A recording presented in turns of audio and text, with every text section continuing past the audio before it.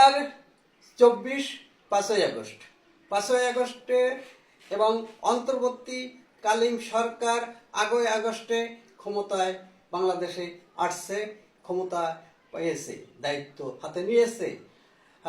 হাতে নেওয়ার পরে 5ই আগস্টের আগে পর্যন্ত এবং 8ই আগস্ট পর্যন্ত যত হত্যাকাণ্ড হয়েছে, এই হত্যাকাণ্ডগুলো প্রজ্ঞাপন জারি করে এই বিচার বন্ধ করা হয়েছে কেন?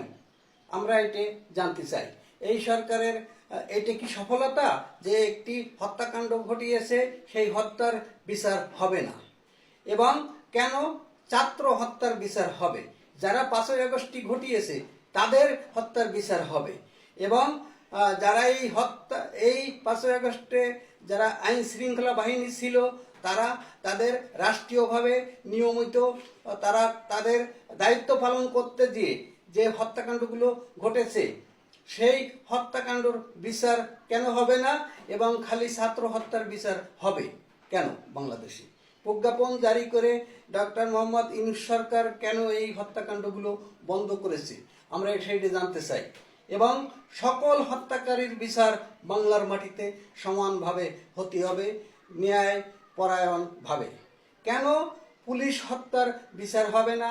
কেন সাধারণ হত্যার বিচার হবে না? খালি ছাত্র হত্যার বিচার কেন হবে? আমরা এইটা মেনে নিতে পারি না। আমরা এই বাংলাদেশের নাগরিক, আমরা বাংলাদেশের সকল নাগরিককে সমান চোখে দেখব, সমানভাবে তারা যেন বিচার পায়।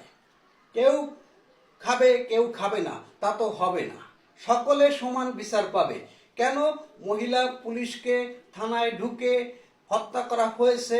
এই দুর্বৃত্তরা, এই সন্ত্রাসীরা, এই জঙ্গিরা তারে নৃশংসভাবে হত্যা করেছে। তার গর্ভে একটি সন্তান ছিল, সেও প্রাণে বাঁচতে পারেনি। সে বলেছে, আমাকে মেরো না তোমরা, আমার পেটে বাচ্চা আছে, তোমরা আমাকে মেরো না। তারপরও কেন তাকে হত্যা করা হলো? আর কেন এই হত্যাকাণ্ডগুলোর বিচার হবে না? আমরা এটি জানতে চাই।